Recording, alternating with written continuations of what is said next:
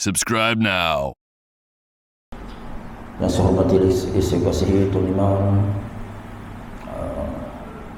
serta BJK Masjid Al-Masyhur dan seterusnya kepada sidang para jemaah maghrib, tuan-tuan haji, tuan-tuan haji dan puan-puan hajjah, abang-abang, adik-adik kakak yang dirahmati Allah sekalian. Alhamdulillah, pertama-tamanya marilah kita rafaqkan syukur kita kepada Allah Ta'ala. Maka dengan izinnya kita dapat dipertemukan, duduk di dalam majlis ilmu yang penuh barakah ini, yang mana dalam majlis ilmu ini dinamakan juga sebagai majlis zikrullah. Majlis ilmu ni bukan sekadar mencari ilmu, tetapi juga kita duduk di dalam ini sebagai untuk mengingati kepada Allah. Dan boleh kita juga katakan majlis ilmu ini sebagai apa, tuan-tuan? Duduk kita, maknanya kita bermuhasabah. Nampak banyak benda, tuan-tuan. Dari ilmu ni, ilmu dapat, muhasabah diri dapat. Tapi kena ingat, tuan-tuan, yang muhasabah diri ni siapa, tuan-tuan? Bagi mereka yang melapangkan dada-dadanya, maknanya senang untuk diterima, menerima teguran. Jadi kita nak terima teguran orang, tuan-tuan, kena berlapang dada. Berlapang dada ni yang susah kalau tak diikhlaskan hatinya. Berapa ramai orang yang nak ditegur, nak menerima teguran, ramai orang yang tak nak diterima teguran. Bahkan mereka mengatakan dia adalah yang benar. Ini, tuan-tuan. Jadi orang yang berlapang dada menerima kesalahan dia, bukan bererti dia kalah, bukan bererti dia tewas, tapi itulah sebenarnya kemenangan. Kenapa, tuan-tuan? Kerana dia telah dapat mencapai tahap kesabaran. Sabar ni, tuan-tuan. Sabar ni, orang yang sabar bukan bererti dia tewas, tak. Tapi di sisi Allah Ta'ala, dialah adalah orang yang paling hebat. Sabar. Tak semua orang boleh dapat, tuan-tuan, sabar ini. Baik, tuan-tuan, jadi yang lepas kita berhenti pada menyentuh anjing ataupun babi. Tuan-tuan, jadi benda ni, tuan-tuan, ada saya tengok beberapa viral di dalam dalam YouTube, macam-macam lah. Ada yang pakai tudung, peluk anjing, babi dan sebagainya. Jadi dalam bab ini bukan bererti dia tengok, saya ulang lagi, tuan-tuan, yang lepas. Menyentuh kulit anjing dan babi yang kering dengan tangan yang kering tidak dikira najis. Apabila salah satu basah, maka dikira najis. Maknanya kena faham. Bukan dia kata menyentuh tu berarti boleh kita peluk, kita buat main macam kucing, tuan-tuan. Maknanya kita di dalam mazhab Syafi'i, tuan-tuan, disebut sebagai apa, tuan-tuan? Mazhab yang paling cukup berhati-hati, ihtiyati, berjaga-jaga, berhati-hati. Bukan anjing badan dia, okey, kita tengok badan ni kering, betul, tetapi yang basah apa, tuan-tuan? Apakah yang basah kat anjing tu, tuan-tuan? Hidung dia basah. Jadi kalau kita sekadar sentuh, okey dah, dia kering, kita pun kering, okey, tak ada masalah, tak dikira najis. Isunya kalau salah satunya basah, saya basah, ataupun anjing tu basah, ataupun babi tu basah. Kalau dia kering, saya pun kering, okey, tak ada masalah. Tapi kalau babi tu basah, saya kering, tetap menjadi najis. Tapi isunya bukan bererti dia tu boleh peluk anjing tu, boleh buat main macam kucing. Bukan itu, tuan-tuan, maksudnya. Kena faham. Sebab apa? Bila kita anjing tu dia pelet kita, dia geleser kita tak tahu mana satu tempat. Sebab apa? Mungkin biasanya mula-mula yang akan menyondol kepada kita adalah hidung dia yang basah tu.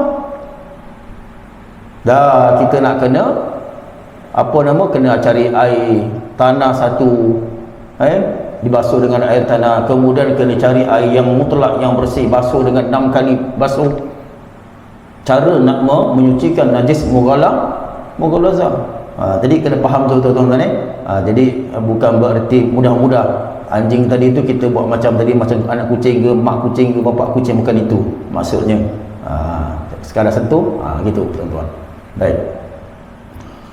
Jadi ini zaman langit terbuka luas. Jadi orang boleh komen macam-macam. negatif, positif. Nak tunjuk semua pandai dalam tu tuan-tuan. Sebab itu tuan-tuan, Nabi sebut innamal a'malu binniyas. Segala pekerjaan mesti berbalik kepada niat.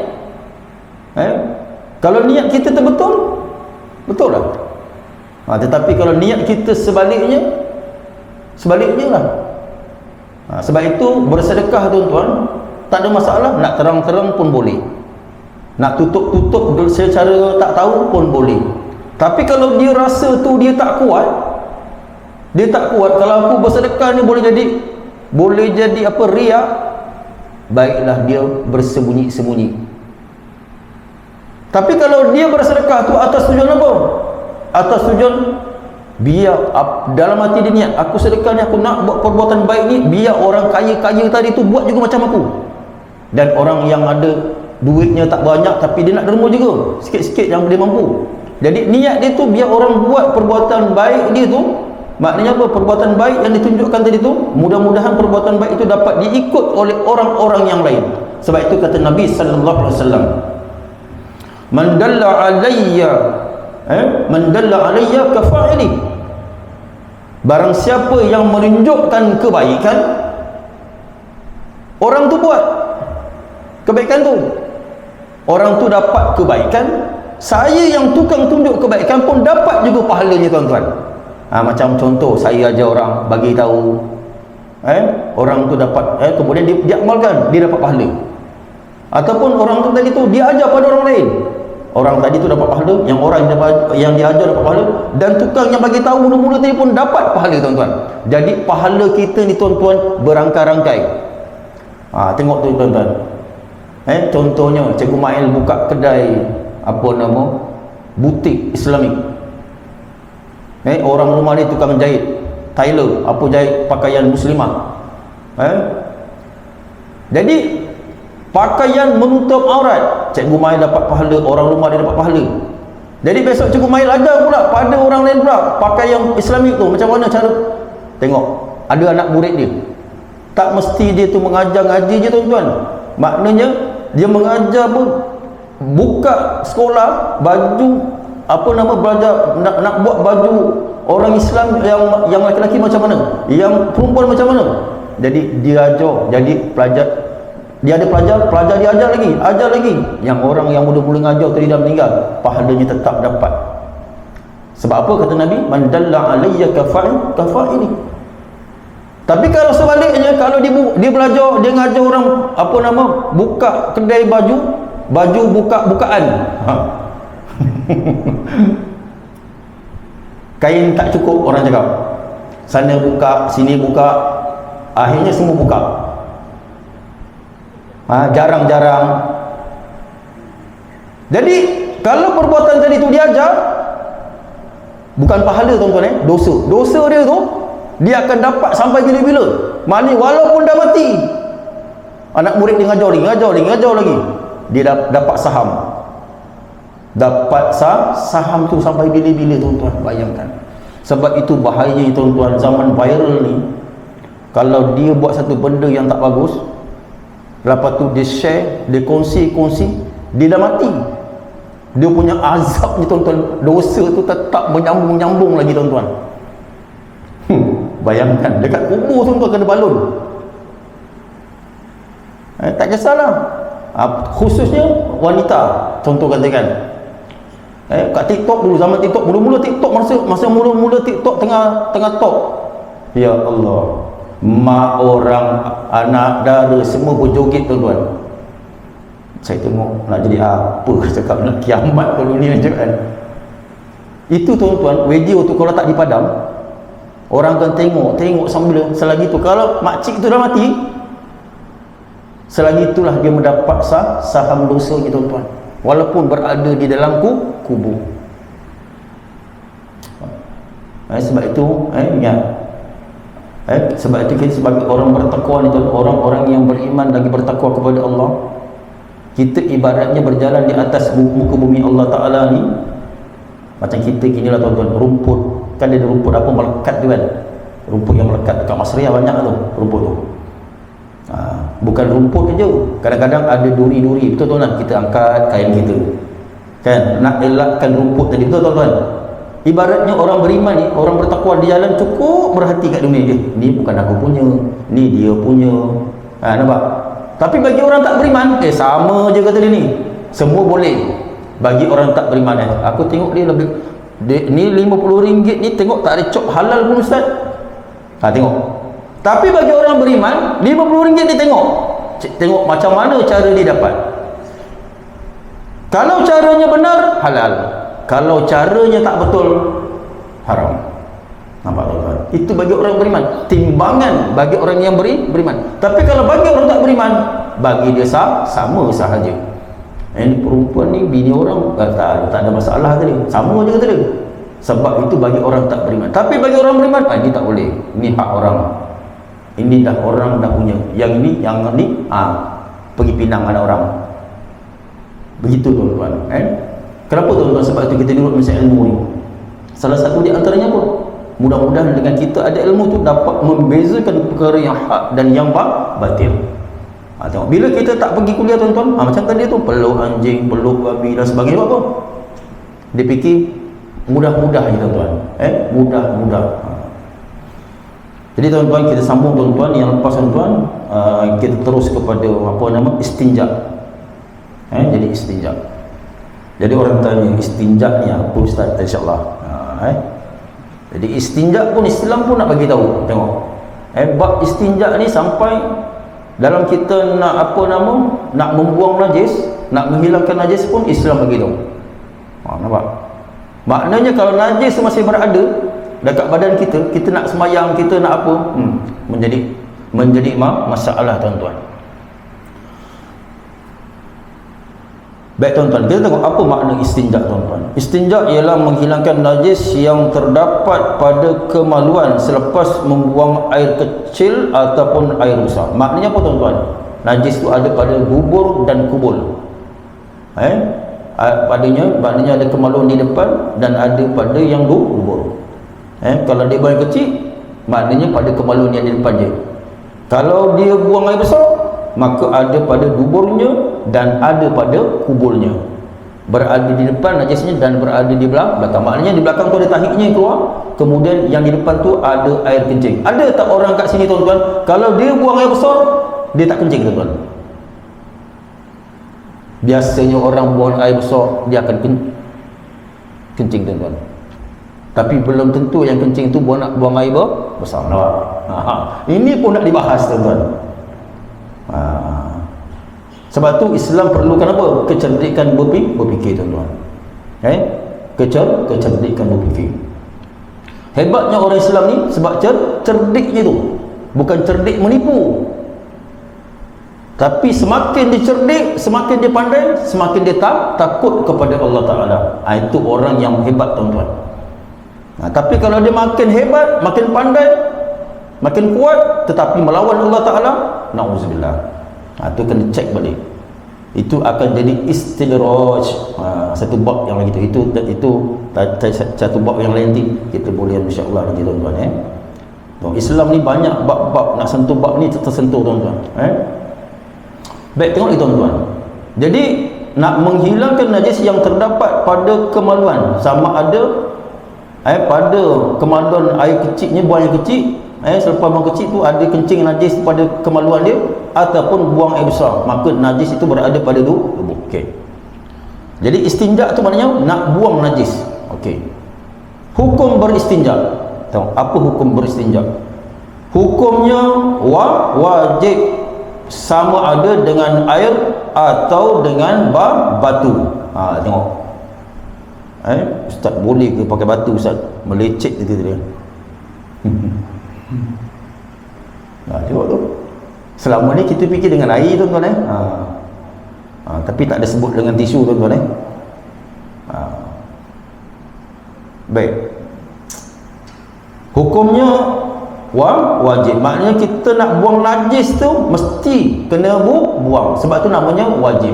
Bukan jatuh sunat, bukan jatuh makruh, bukan. Wajib hukum istinja tu. Maknanya hukum membuang najis yang ada pada kemaluan kita tu, sama di depan belakang, adalah wajib.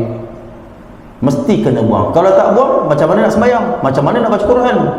dan sebagainya.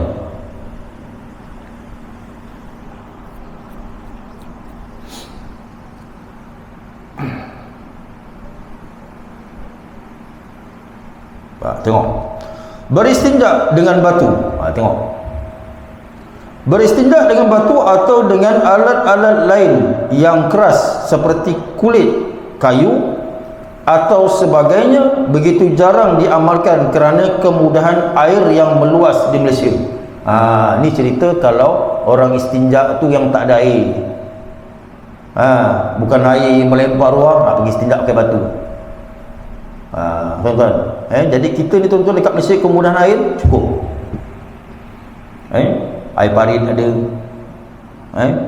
parit masih ada lagi tuan-tuan. Yang tak ada, perigi. Perigi buta. Orang panggil dulu perigi buta. Dah tak ada dah. Dulu kalau zaman saya tu jumpa juga sekejap perigi ni. Ada yang masih hidup dan ada juga yang tempat jadi buang sampah. Lama-lama dah tak ada dah. Cuma kadang-kadang kalau yang sekarang kita perasan dekat kebun-kebun sawit, dia orang ada buat apa, kolam untuk buat air meracun. Tu yang apa, ahli kebun lah. Kalau tak ahli kebun, dia tak tahulah. Tengok tuan-tuan. Baik, jadi kita ni tuan-tuan nak gunakan batu, nak gunakan apa nama, kulit yang keras. Jadi kita jarang kita amalkan benda ni, istinja dengan benda ni. Sebab apa? Kerana keperluan kita menggunakan itu terlampau banyak. Maknanya kita, air kita banyak, cukup. Okey. Walau bagaimanapun kadang-kala terpaksa menggunakan batu jika berlaku kemarau ataupun air yang sukar diperolehi. Ni cerita. Bila tiba-tiba satu masa tu air tak keluar. Dah buang air besar, buang air kecil lagi. Macam mana ni kan? Tu Ustaz Din ada kuliah ni. Batu. Boleh istinja dengan menggunakan batu. Tu penting. Kadang-kadang kita bagi kuliah. Jadi orang cakap, boleh ke kita pakai cebok pakai batu ni? Tak ada air ni. Jadi ni bila kita pergi kuliah baru kita dah dapat. Baik tuan-tuan, tengok lagi. Syarat-syarat beristinja menggunakan batu. Tengok. Ada syarat dia. Dia kata apa tuan-tuan? Najis, yang pertama, najis itu tidak beralih dari tempat asal. Najis itu tidak beralih dari tempat asal. Okey, pertama. Yang kedua, najis masih belum kering. Maknanya dia tu masih basah-basah sikit lah, betul kan?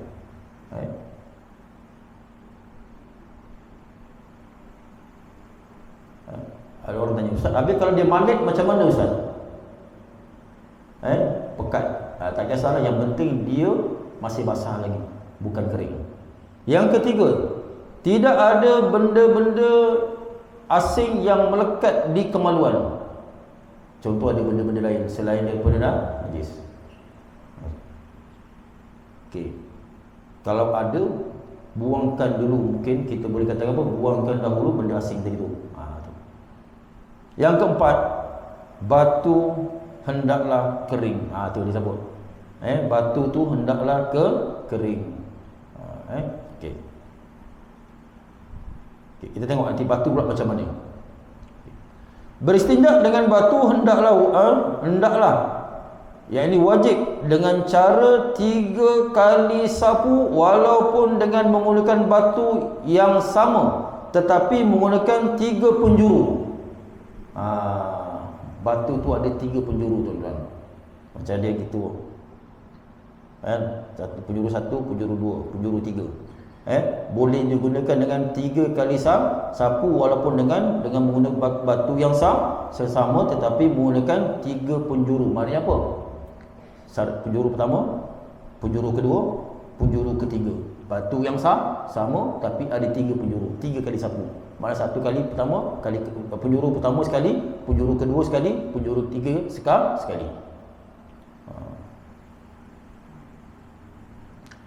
Sekiranya masih belum bersih, wajiblah diulang sehingga benar-benar bersih. Tapi jangan sampai luka tuan-tuan. Jangan sampai luka tuan-tuan. Okey. Ini cerita kalau maknanya air kehabisan, air tak keluar, kemarau. Dah tak ada dah pilihan. Itulah pilihan yang ada. Jadi batu tu maknanya apa? Penjuru. Ada maknanya dia ada penjurunya lah.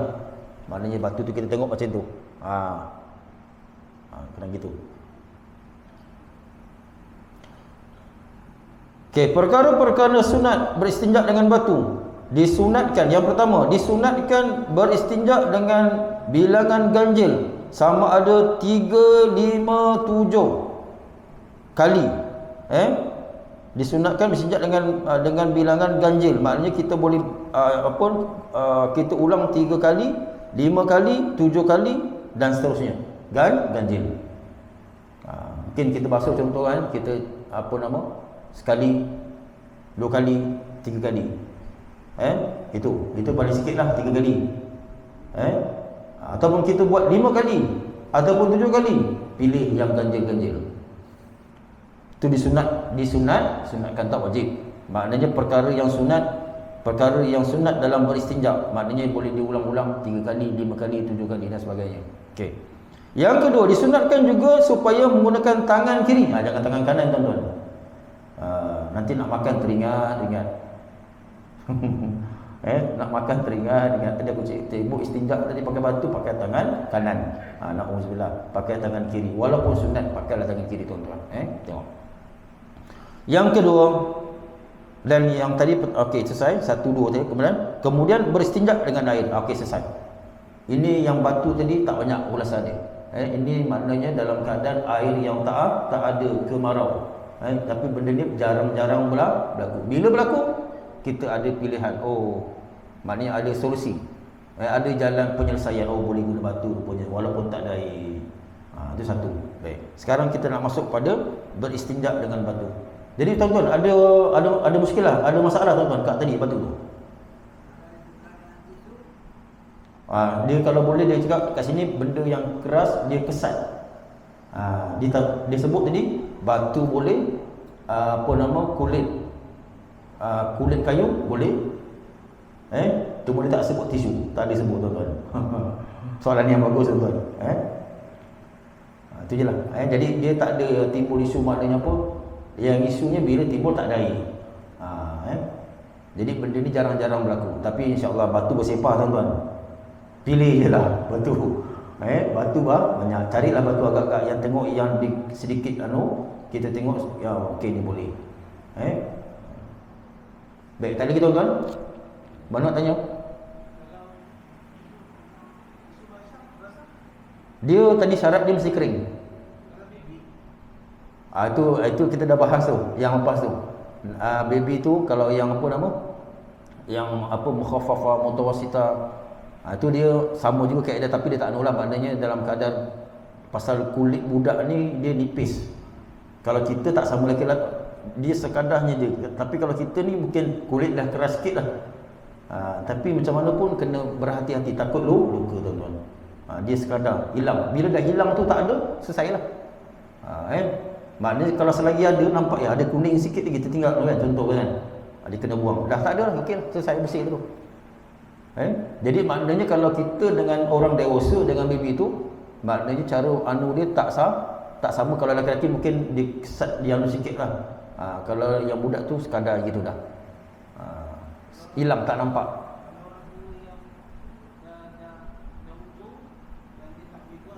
Kita tolong buatkan.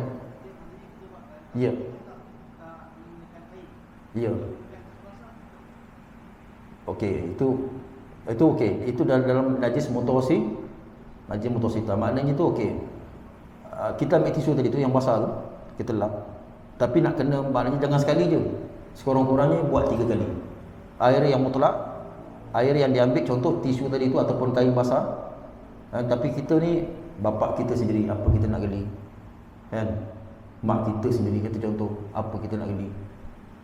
Kita cebok je lah pakai tangan kita. Itulah anak soleh tuan-tuan. Tuan-tuan, nak tahu tak anak soleha ni? Nak tahu bila masa bapak dia nyanyuk.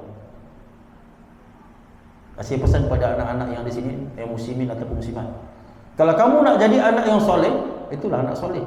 Maknanya nak tahu anak soleh, ada anaknya 10 orang. Nak tahu saleh tak salehnya, bila masa bapak dia umur je panjang. Tiba-tiba satu masa umur panjang, dapat tu hilang akal. Akalnya kurang waras. Dia berak, bersepak. Tengok siapa anak dia yang anak kutip najis tu. Kalau ada anak dia yang kutip tadi, itulah anak soleh tuan-tuan. Bapaknya dia cebokkan, bapaknya dia apa, itulah anak soleh tuan-tuan. Dia tak tanya ayah kebun ni ada berapa ekar, mana geran ni, kunci kereta, dia tak ada tu. Anak soleh dia tak tanya tu tuan-tuan. Tanda-tanda anak soleh, dia tak tanya benda tu tuan-tuan. Dia akan kelangsungan hidup bapak dia utamakan dulu daripada benda-benda lain. Tuan-tuan, dunia ni bukan selamanya. Dan percaya dah tuan-tuan, apa yang kita buat pada mak bapak kita, besok benda tu akan berpusing pada kita. Nampak? Benda tu akan berpusing pada kita. Kalau kita jaga mak bapak kita, satu masa besok kalau kita pula macam tu, nanti anak kita akan jaga pula macam kita. Itu je. Tapi kalau kita sebaliknya, apa yang kita buat pada bapak kita, sebalik jugalah anak apa yang anak akan buat tuan-tuan.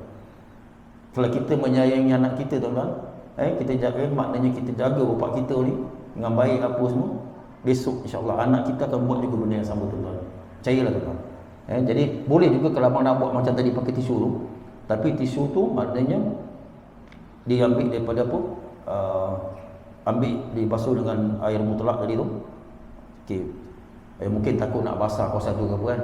Jadi ambil, lepas tu dah dah sapu pada tempat kemaluan dia tu, dah buang, lepas tu ambil lagi, buat 2-3 kali. Maknanya lebih banyak sikitlah. Sampai najis tu dah tak ada. Maknanya basuhan najis yang mutawassitah.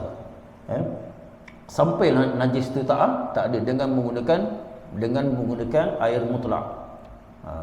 Tapi kalau dia mampu angkat mak pak dia, pergi ke bilik air, sebaik-baiknya diangkat, dicebokkan dekat bilik air contoh katakan, ataupun buatkan satu bilik air yang dekat dengan dia. Dia dah tak boleh bangun, kita dah anak-anak angkat cebokkan. Itu yang sebaiknya, dicebokkan tuan-tuan. Tak payahlah kita geli tuan-tuan nak pakai apa, tak payah. Sama je tuan-tuan. Tadi nak sembahyang, kalau dia tiba-tiba ada akal dia, sihat pula orang tua cakap kan, ada akal dia, jadi kita ambilkan wudu. Ambilkan wudu anggota wajib. Jangan yang dah tak boleh nak buat semua, jangan buat, ambil yang wajib tuan-tuan. Basuhkan muka dia, basuhkan tangan dia sampai atas siku dia, basuhkan dia punya kepala, basuhkan kaki dia. Itu tuan-tuan, nak tahu anak soleh tak anak soleh tuan-tuan. Bukan anak soleh je hari dia pergi sembahyang je tuan. Sembahyang tu memang ada utama dia. Itu salah satu anak soleh, dia sembahyang raja dia. Tapi dalam sama nak tengok mak bapak dia macam mana. Kalau dia sembahyang juga kuat tapi dia masih menengking mak bapak dia, belum lagi tuan-tuan. Belum lagi. Kalau dia kaki sembahyang, kaki solat, tetapi dia suka menengking mak bapak dia, belum lagi anak soleh tuan-tuan. Ya? Nama je. Anak soleh tuan-tuan. Yang kedua, macam mana tuan-tuan anak soleh lagi? Apa yang mak bapak dia cakap, dia ya je. Tapi kalau mak bapak dia tak betul, jangan cakap dengan mak bapak dia sesuatu, dia cakap tak betul, salah. Betul. Susah tuan-tuan nak jumpa. Dalam satu tandan kelapa, nak jumpa yang soleh tuan-tuan, nak dapat yang baik. Yang ada apa tuan-tuan? Satu tandan kelapa ni, satu biji ada namanya apa tuan-tuan? Saya pun dah lupa nama istilah kelapa-kelapa ni. Ada yang ringan, ada yang balau, ada yang kelapa santan betul. Jadi yang orang nak cari kelapa santan yang betul tu, yang original. Itulah ibaratnya anak yang ramai-ramai tadi tu, nak jadi anak soleh tu senang tuan-tuan. Tapi sebelum kita nak jadikan budak itu anak soleh, bapak dia kena jadi soleh dulu tuan-tuan. Maknanya sepanjang anak dia hidup dulu, bapak dia hidup, apa yang dia ajar pada anak dia tuan-tuan. Baik tuan-tuan, kita sambung ni tuan-tuan. Beristinjak menggunakan air samalah juga dengan menggunakan batu tadi, iaitu dia bersihkan sehingga hilang bau rasa, zat dan warnanya. Okey, sebelum saya terlupa, saya teringat ada orang tanya saya hari tu sebelum masuk bab ni, ustaz,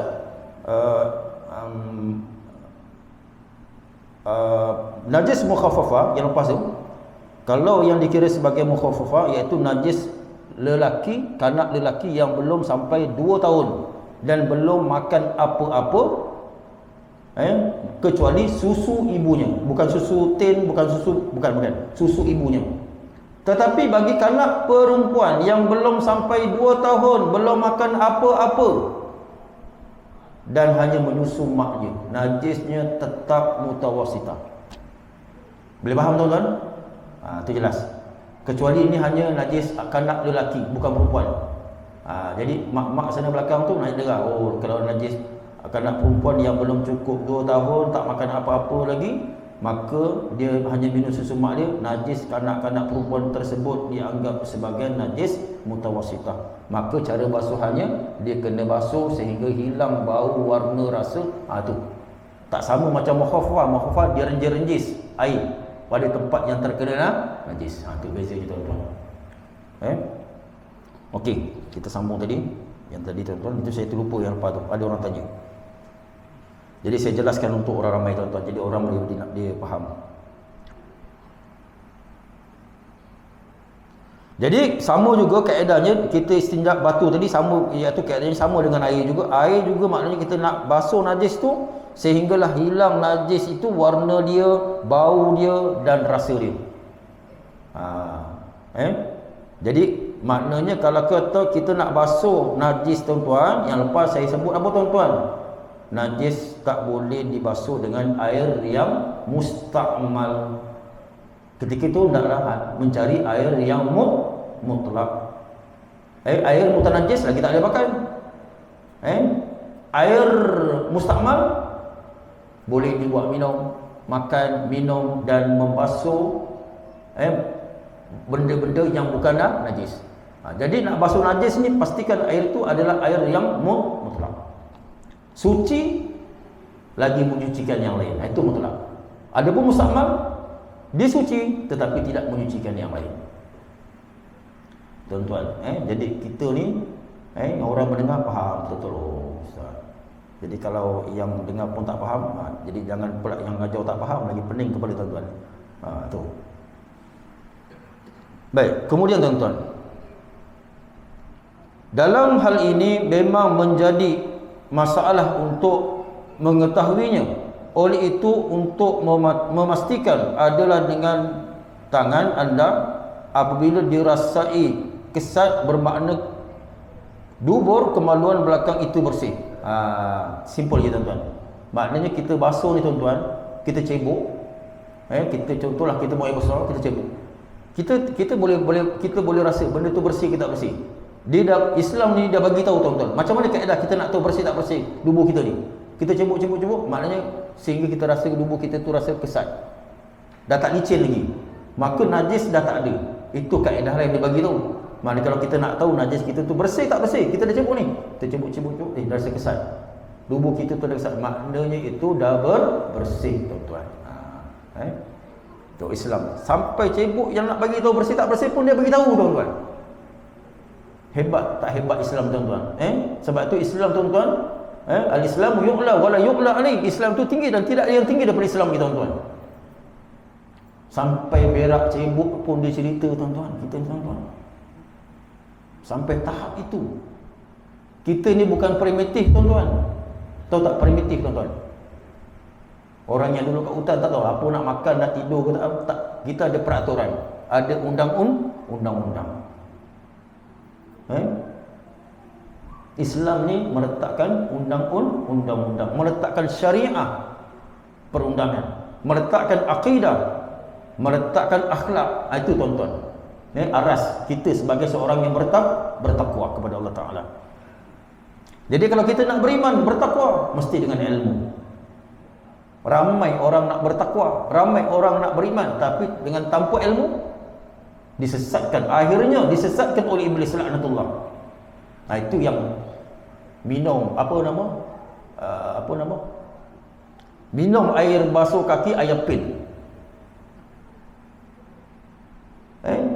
Tuan-tuan tahu tak, pengikut-pengikut IAP tuan-tuan bukan orang bodoh-bodoh tuan-tuan. Orang terpelajar, doktor, pensyarah, orang bijak pandai tuan-tuan. Bayangkan kalau minum air basuh kaki, ulama pun tak pernah suruh buat macam tu tuan-tuan. Walaupun dia ni seorang yang alim, tak pernah minta engkau minum air basuh kaki tu, tak ada tuan-tuan. Kadang-kadang ulama ni tuan-tuan, kita salam tangan cium pun dia tarik tuan-tuan. Sebab itu tuan-tuan, ulama-ulama disebut betul al-faqir. Dia menggelarkan dirinya al-faqir. Nampak? Kita ni yang baru dapat ilmu sikit, Allah Akbar. Wah. Dia merasakan diri dia terlampau hebat si Allah Taala. Sedangkan para ahli ulama ni, para ahli ulama ni adalah golongan-golongan yang takut kepada Allah Taala. Tuan-tuan nak tahu tak siapa yang paling takut si Allah Taala ni? Mereka-mereka yang digelarkan alim ulama, tuan-tuan. Ulama dia paling takut kepada Allah Taala tuan-tuan. Dia cukup takut. Sebab apa? Dia baca Quran, dia faham. Dia baca hadis, dia faham. Dan yang paling dia takut kalau benda salah tu dibuat. Baik tuan-tuan, tengok lagi tuan-tuan. Sambil-sambil benda dalam kitab yang tepi-tepi tu nampak. Itu yang tepi-tepi tu yang mahal tuan-tuan. Ilmu tepi-tepi tu. Yang dalam kitab ilmu tepi-tepi tu tuan-tuan. Yang kita nak kutip tuan-tuan. Sebab itu tuan-tuan, Islam ni dia ada cerita apa tuan-tuan? Al-Mubasyir, berita gembira. Al-Inzar, berita peringatan. Kalau cerita gembira je, berita peringatan tak bagi tahu, orang lupa tuan-tuan. Seronok je, tapi dia tak tahu ancaman Allah Ta'ala macam mana. Baik. Kemudian tuan-tuan, dah bersih, dubuhnya dah bersih. Dia cebok-cebok rasa kesat, dah bersih. Okey. Kemudian sebaik-baik saja, sebaik selesai saja beristinja, maka disunatkan membaca.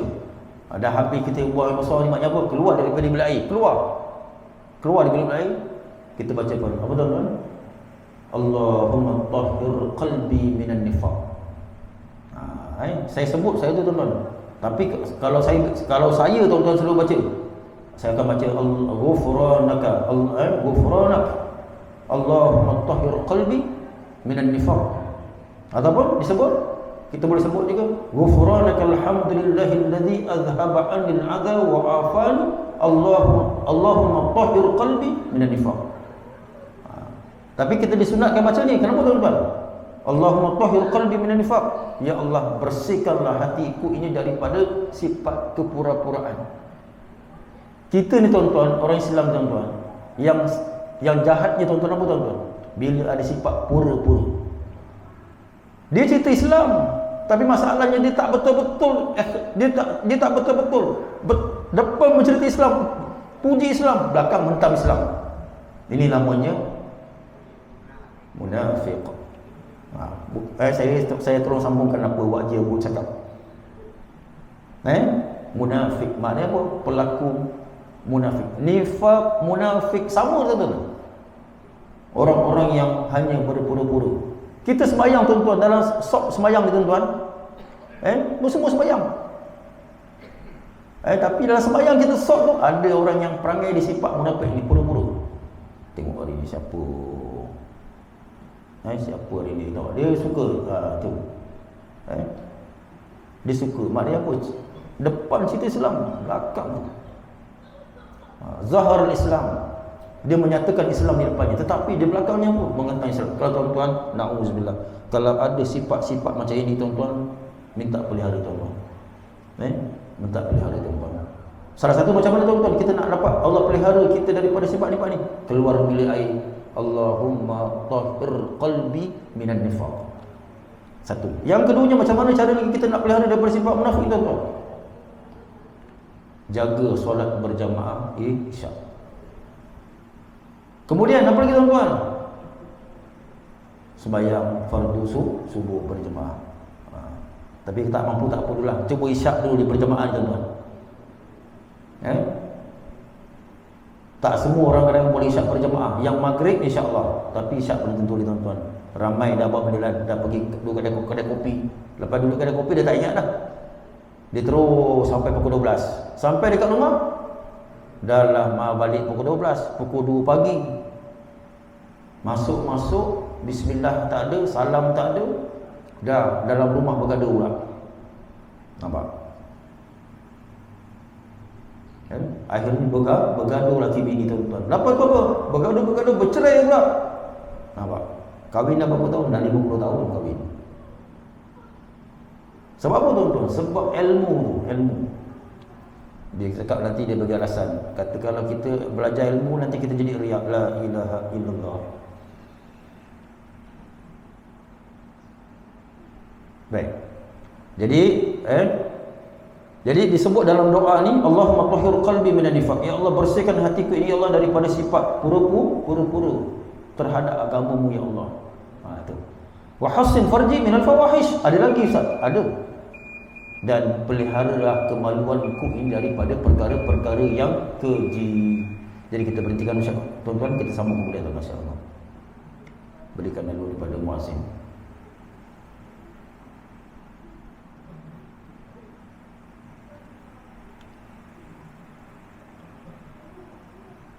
Bismillahirrahmanirrahim. Bismillahirrahmanirrahim. Bismillahirrahmanirrahim.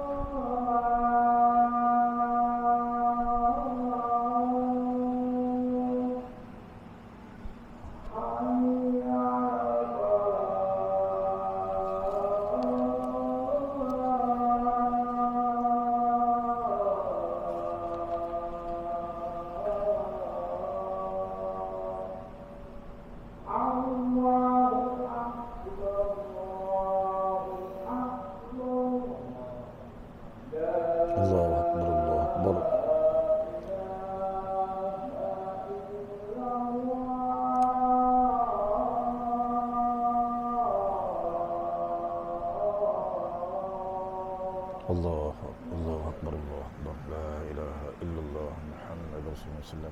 Allahumma salli ala sayyidina Muhammad wa ala ali sayyidina Muhammad. Allahumma rabb hadhihi ad-da'wati at-tammah was-salati al-qa'imah ati sayyidina Muhammadin al-wasilati wal-fadila wash-sharaf wad-darajati al-'aliyati ar-rafi'ah wa ba'ath al-maqam al-mahmud alladhi wa'ada innaka la tukhlifu al-mi'ad rahmah. Baik tuan-tuan, kita sambung sikit lagi tuan-tuan.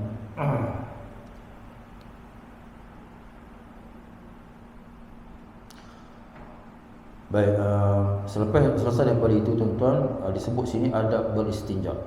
Adab kita beristinja.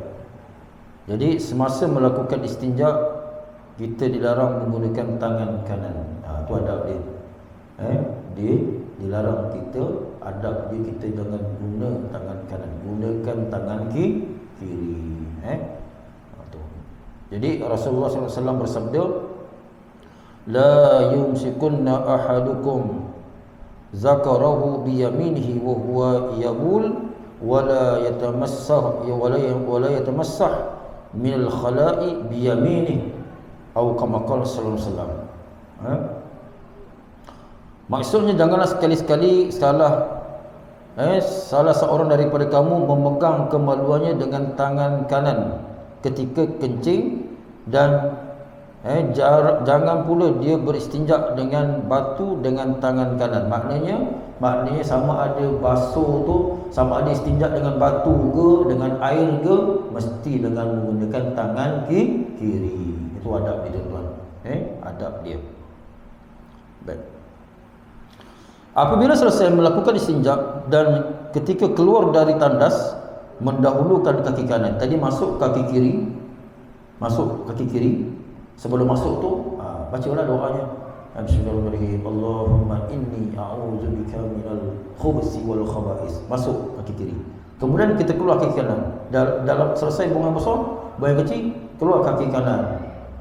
Dengan beberapa langkah, 4 langkah, 5 langkah ke depan, baru kita baca Ghufranakal hamdulillahilladzi azhaba 'anil 'adha wa 'afani. Allahumma tahhir qalbi minan nifaq wa hassin farji minal fawahish. Jadi dalam 3 doa ni tuan-tuan, dia punya apa nama? Dia kandungan keluar doa tadi ni, keluar daripada bilik air ni, daripada tandas. Pertamanya ghufrana, minta pengampunan kepada Allah. Tengok, lepas kita buang air minta ampun kepada Allah Taala. Kemudian yang keduanya, alhamdulillahilladzi azhaba 'anil 'adha wa 'afani. Segala puji-puji bagi Allah yang telah menghilangkan rasa sakit perut tadi, sakit perut, buang kecil, buang besar, rasa lega, rasa lapang, rasa. Jadi kita melafazkan apa? Alhamdulillah azhaba 'anil 'adha wa 'afani. Merasakan kesyukuran kita kepada Allah Ta'ala. Cuba kita bayangkan tuan-tuan, kalau kita daripada pagi tadi sampai ke petang tak buang kecil, tak besar, agak-agak macam mana muka tuan-tuan? Biru tak muka tuan-tuan? Biru tuan-tuan muka. Itu pentingnya kita membuang najis tadi tuan-tuan. Kemudian yang kedua, yang ketiga, wa hussin farji minal fawahish. Yang ketiga, satu lagi, alhamdulillahilladzi azhaba 'anil 'adha wa 'afani. Allahumma tahhir qalbi. Bersihkan hatiku ini daripada sifat kepura-puraan. Dan yang terakhirnya, wa hassin farji minal fawahish. Dan pelihara aku dan pelihara kemaluan ini daripada melakukan perkara-perkara yang keji, perkara-perkara maksiat. Jadi ada 4 lebih kurang minta ampun, puji Allah Ta'ala, bersihkan hati daripada sifat pura-pura, minta pelihara kemaluan daripada melakukan perkara-perkara yang keji. 4 tuan-tuan. Ustaz tak boleh ingat semua, tak apa, mula-mula buat sikit-sikit dulu. Apa dia tuan-tuan? Ghufranaka. Ingat tuan-tuan, apa dia tuan-tuan? Keluar bilik air je, keluar je. Ustaz Din kata tu ghufranaka, minta ampun kepada ya Allah. Boleh ingat tuan-tuan? Wajib Abu dia ingat tu ghufranaka. Wajib Abu diamal pada tu tuan-tuan. Tuan-tuan, yang saya cakap ni tuan-tuan, ni yang saya cakap, saya buat. Penceramah ni, dia kalau cakap dia kena buat dulu tuan-tuan. Ni baru anak murid berikut tuan-tuan.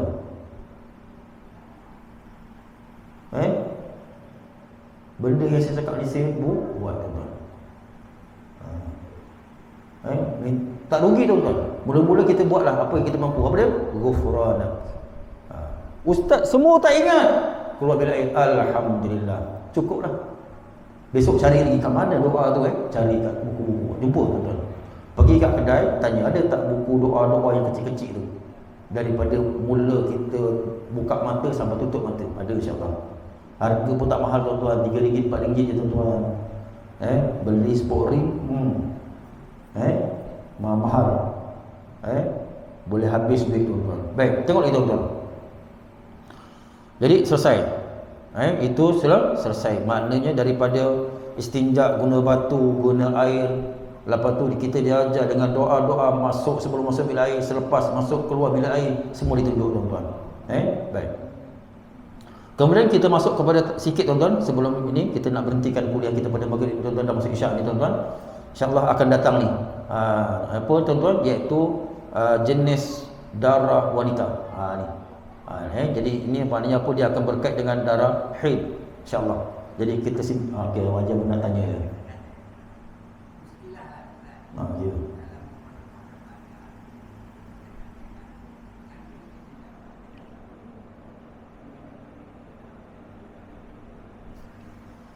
Tak dengar wajah buat sikit wajah. Macam mana?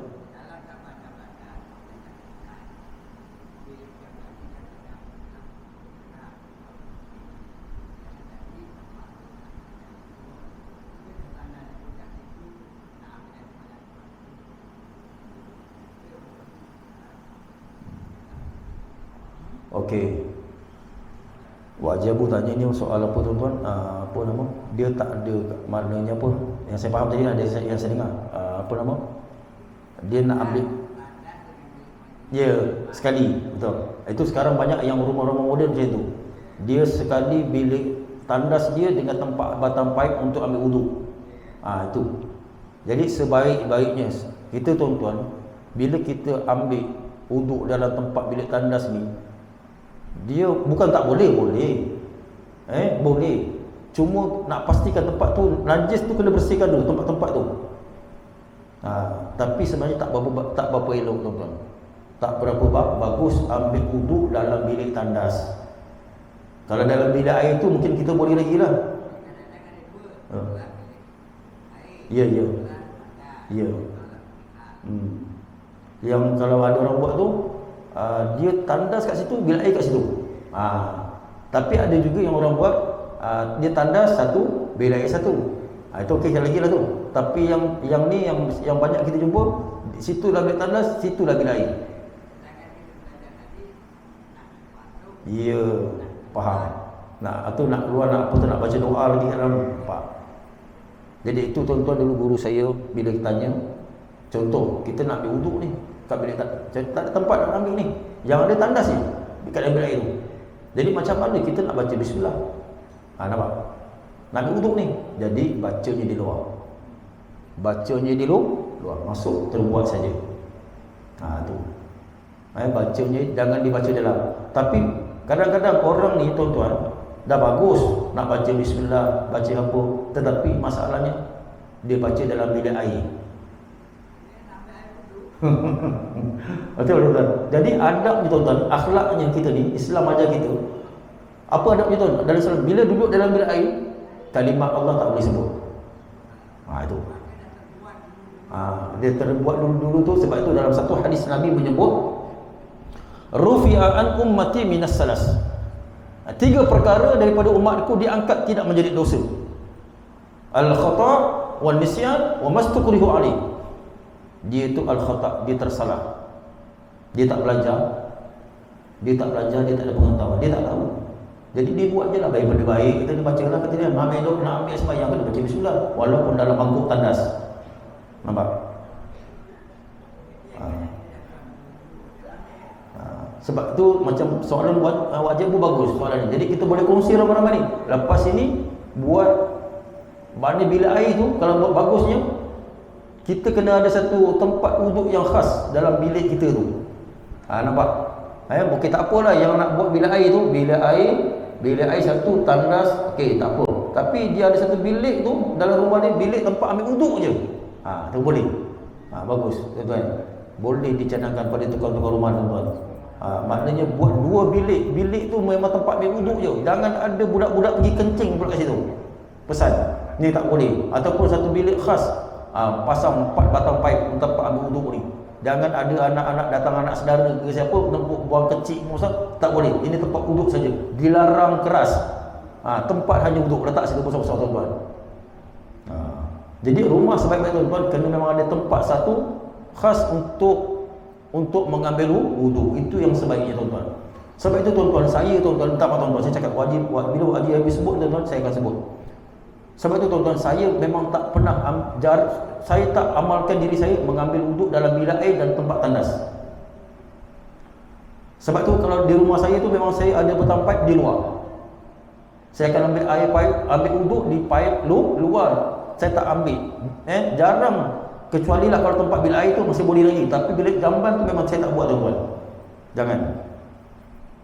Tapi kalau dalam bilik air tu kita nak, contoh nak ambil uduk dalam bilik air, boleh. Buang dulu. Maknanya kita simbah dulu. Mungkin tadi ada budak-budak kencing, kita tak tahu, tak nampak kan. Jadi bersihkan dulu. Dah bersih, barulah kita mengambil uduk. Kadang-kadang orang ni masuk bilik air, dia terus ambil uduk je, dia tak siram dulu. Nampak? Dia tak tahu tadi siapa yang masuk, dia siram ke tak siram. Tengok bersih tapi bau hancing. Betul tuan-tuan? Ini jadi pun pergi sembahyang. Sedangkan sembahyang itu syarat ni salah satu, tuan-tuan, dia terima kita ni bersih. Ya. Sebab itu kena bijaksana tu, kita nak fikir macam mana, tuan-tuan. Nampak singki. Nampak? Kat bandar tu ada, kat rumah kita ada singki kan. Contoh kata kan, kat singki pun jadilah. Lebih baik. Contoh, tak nak juga ambil beli air pancit-pancit macam ni. Kan? Tak apalah, kat mana fikirlah. Tapi sebaiknya gitu, tuan-tuan. Tapi kalau kita nak buat juga, benda tu bukan tak boleh. Boleh, cuma kena sama ada di dalam bilik tandas ataupun bilik air, bersihkan dulu kawasan tu, baru ambil wuduk. Tu. Kalau dah kata orang mendesak sangat, dah tak ada kan, itulah. Tapi kalau boleh dielakkan.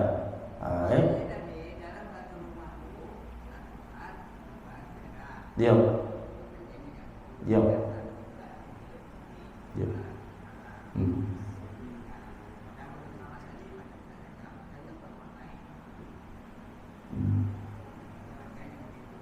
Boleh dipikirkan.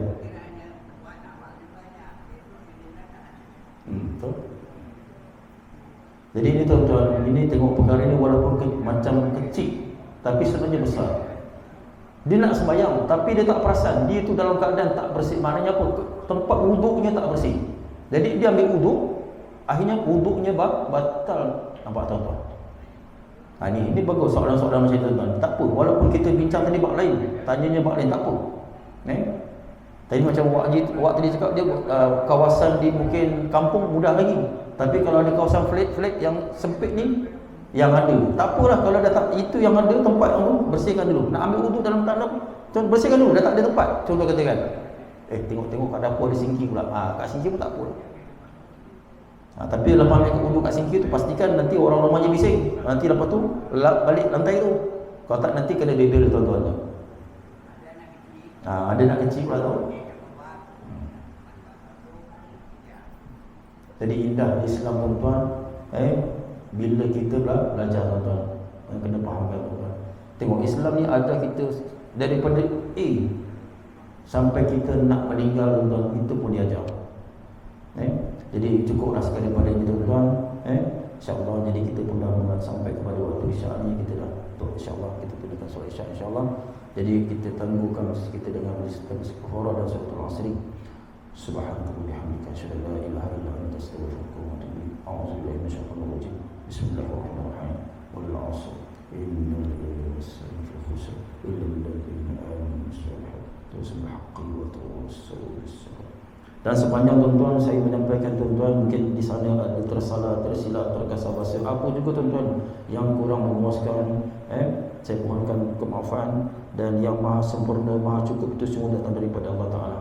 Jadi dengan ini saya akhiri dengan taufiq hidayah. Wassalamualaikum warahmatullahi wabarakatuh. Subscribe now.